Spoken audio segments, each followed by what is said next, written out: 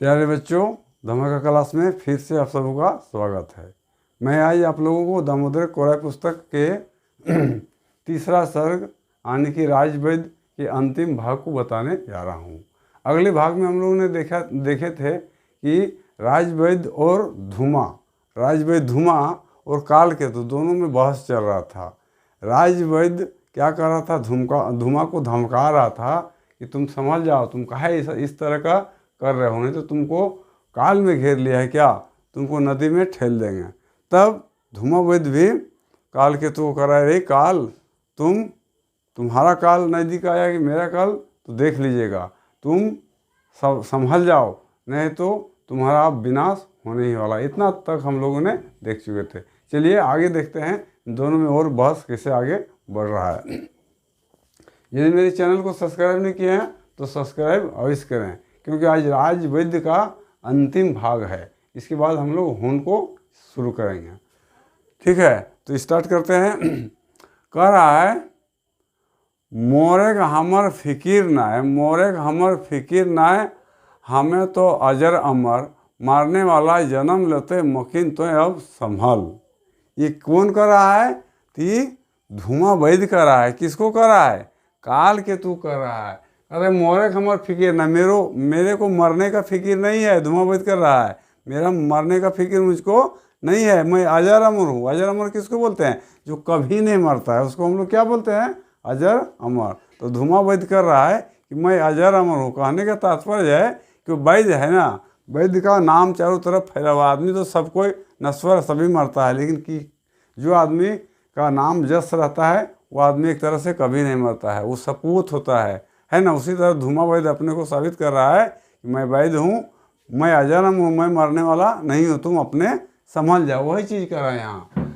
मोरे हमर फिकिर ना, हम जो मर जाएंगे तो मेरा चिंता नहीं है, हमें तो अजर अमर, मैं अजर अमर हूँ। कौन कर रहा है? धूमा वैद्य कर रहा है। किसको? तो कालकेतु को समझा रहा है।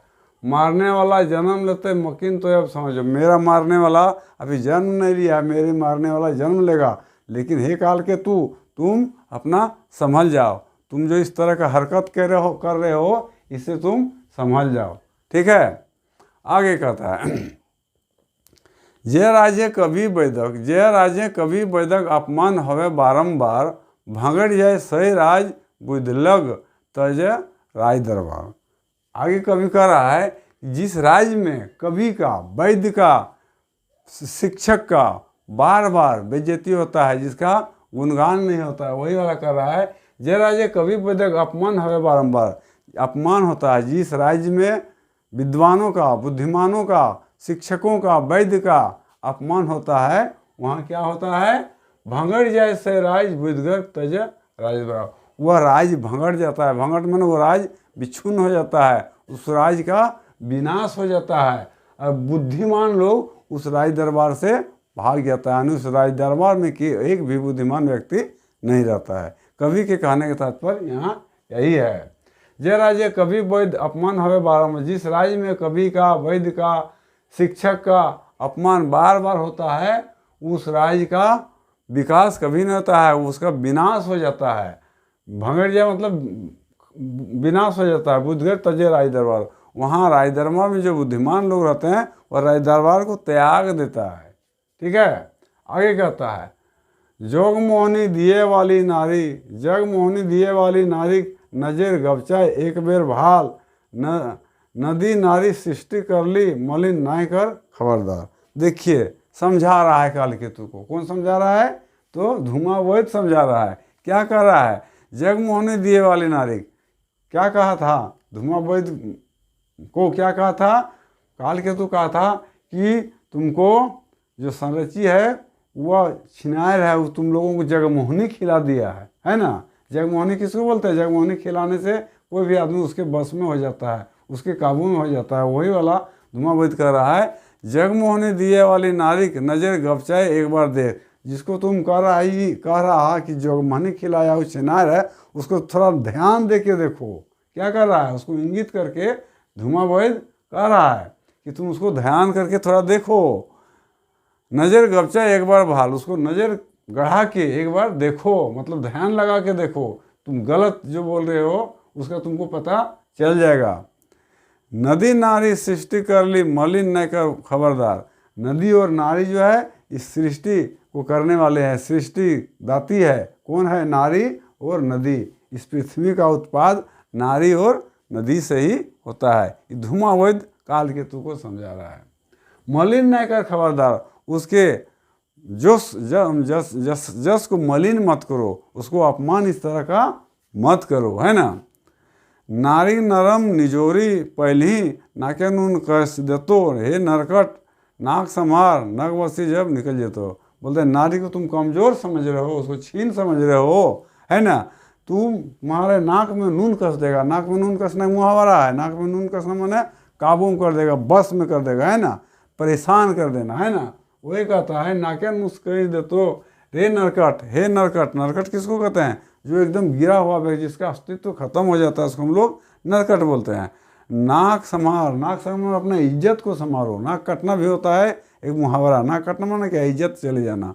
तो बोलता है नाक संभार माना अपना इज्जत को संभालो, तुम काहे इस तरह बेबस हो रहे हो। नाक संभार, नागवंशी जब निकल जी, तो जब नागवंशी में मूलवासी जो है जंगल में रहने वाले वो सब निकल जाएगा तो तुम्हारा जीना हराम हो जाएगा, तुम समझ जाओ, तुम्हारा नाक में नून कसा जाएगा। फिर आगे कहता है कभी, राजा गाते आग लगल, राजा गाते आग लगल, धुआं की क्षमता, बाइन धुआं घोड़े हाथे, राखिए नहीं ममता। तब क्या करता है? काल केतु को पूरा गुस्सा हो जाता है। क्या हो जाता है? उसको गुस्सा हो जाता है, क्रोधित हो जाता है और अपने सिपाही लोग को, अपने दरबारी लोग को आदेश देता है। क्या आदेश देता है? कि धूमावैध का इतना क्षमता हो गया, मतलब इतना ताकत हो गया है कि हमको समझाएगा। उसको कहा करो हाथ और गोड़, मतलब पैर हाथ बांध दो, उसको एक जरा उस पर दया ममता मत रखो। वही कर रहा है। राजा गाते आग लगल, राजा का शरीर पूरा जलने लगा। जब धुआं इस तरह का वचन कह दिया तो उसका शरीर पूरा जलने लगा। और क्या कहता है? धुआं की क्षमता, धुआं का ऐसा क्षमता हो गया, मतलब ऐसा उसका बल हो गया है कि राजा से भी नहीं डर रहा है। बांध धुआं गोड़े हाथ हैं, राखिए न ममता। धुआं को गोड़ हाथ बांध दो, मतलब उसके हाथ पैर को बांध दो। किसको आदेश दे रहा है? अपने सिपाहियों को दे रहा है काल केतु, कि धुआं को पैर हाथ बांध के उल्टा दो। ठीक है। खरी सेशन फुफुआई के छोड़ देल आसन, गर्जे लगल राजवैद कांपे लगल सिंहासन। गर्जे लगल राजवैद कांपे लगल सिंहासन। खरी सेशन फुफुआई के छोड़ देल आसन, जो खरीस ऐसन फुफुआई, खरीस सांप देखे है ना, खरीस गेवन जो होता है उसको जरा सा आहट मिलेगा तो फुफुआ के फन तैयार होकर खड़ा हो जाता है। तो उसी तरह क्या होता है?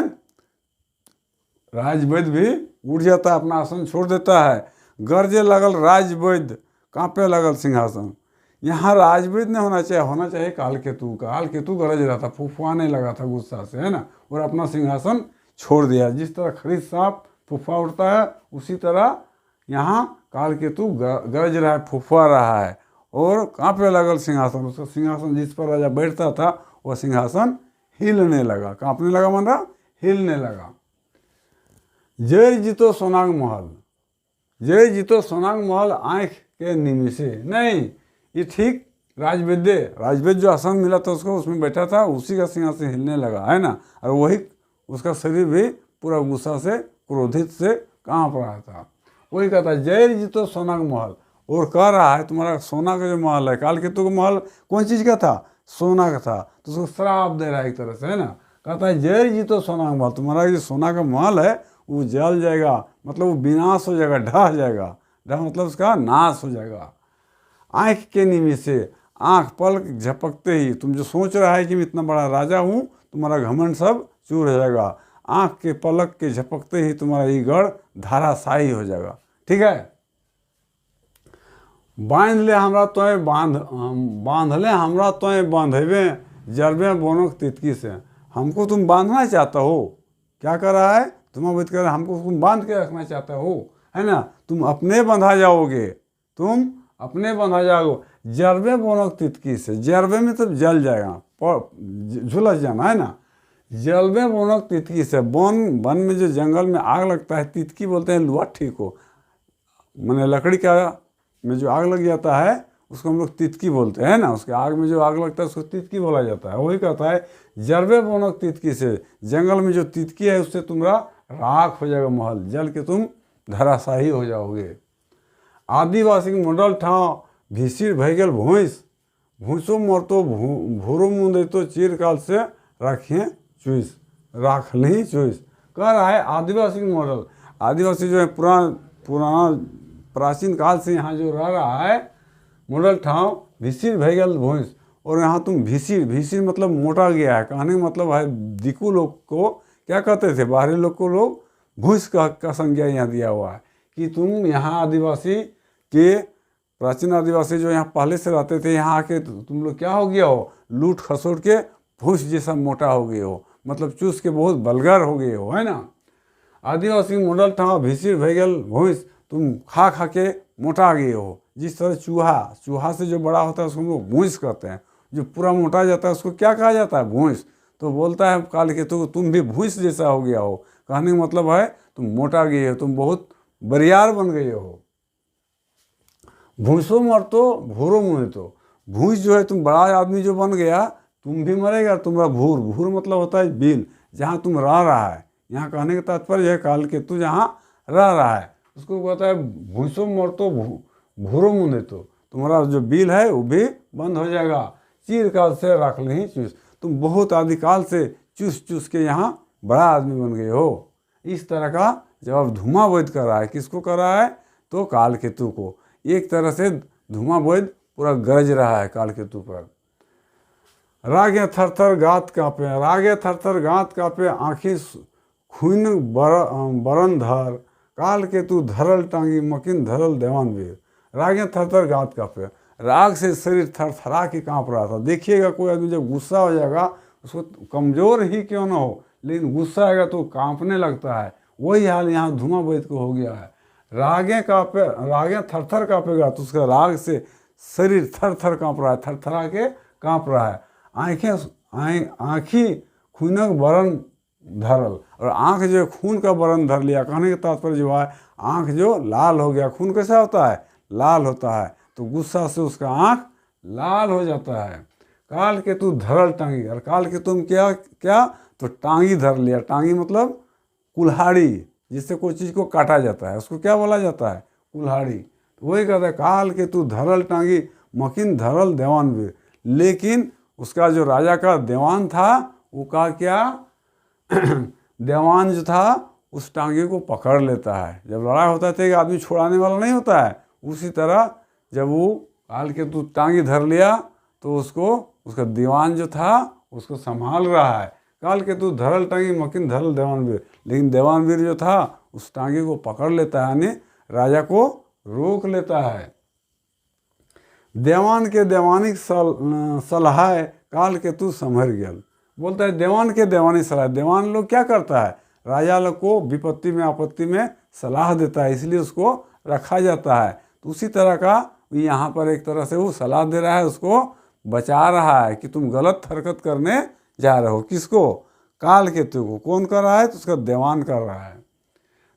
देवानिक सहाय सलाह कालकेतु समझ गया। जब वो इस तरह का सलाह देता है तो कालकेतु संभल जाता है, वो टांगी नहीं चलाता है।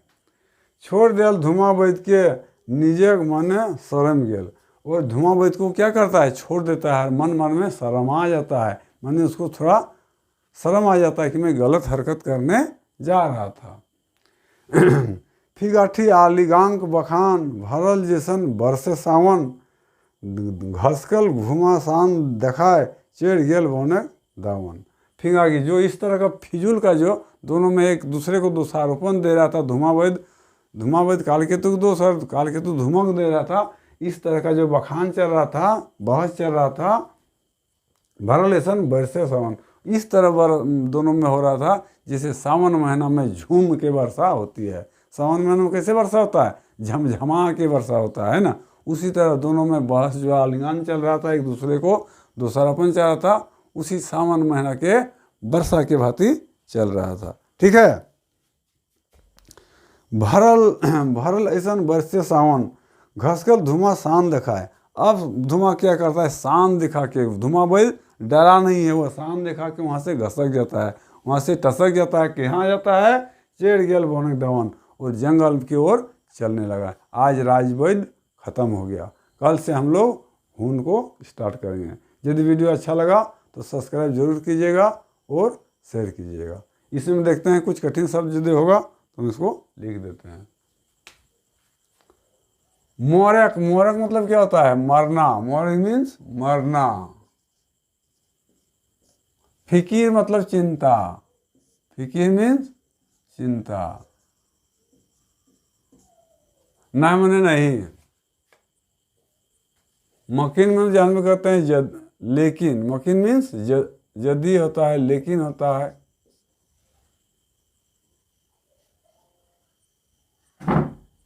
भंगड़ जाना मतलब बिगड़ जाना, खत्म हो जाना, खत्म होना।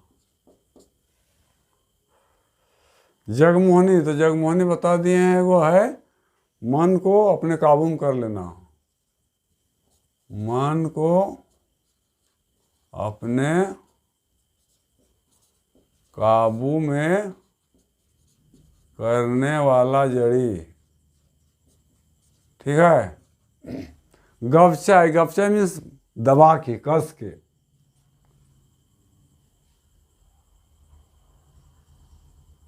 ना के नुस्खे बताइए दिए हैं।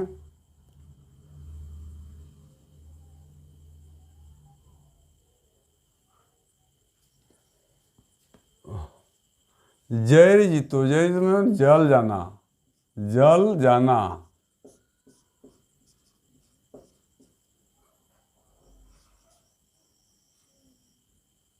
जल जाना को जैर जीतो। आँख के नीम से मैंने पलक को झपकते, पलक झपकते। तितकी, जिसको हम लोग नुआठी भी बोलते हैं। लकड़ी जिसमें आग लगा रहता है उसको हम लोग तितकी बोलते हैं। भिसिर मैंने बड़ा, भिसिर मैंने बड़ा हो जाना, मोटा जाना। भूस मैंने जानवर करते हैं मोटा चूहा। खून मतलब लहू, खून, खून मतलब लहू, जिसको हम लोग खून भी बोलते हैं। बरन मैंने रंग का।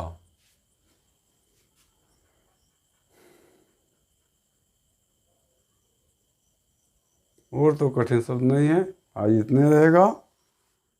जय हिंद, जय भारत।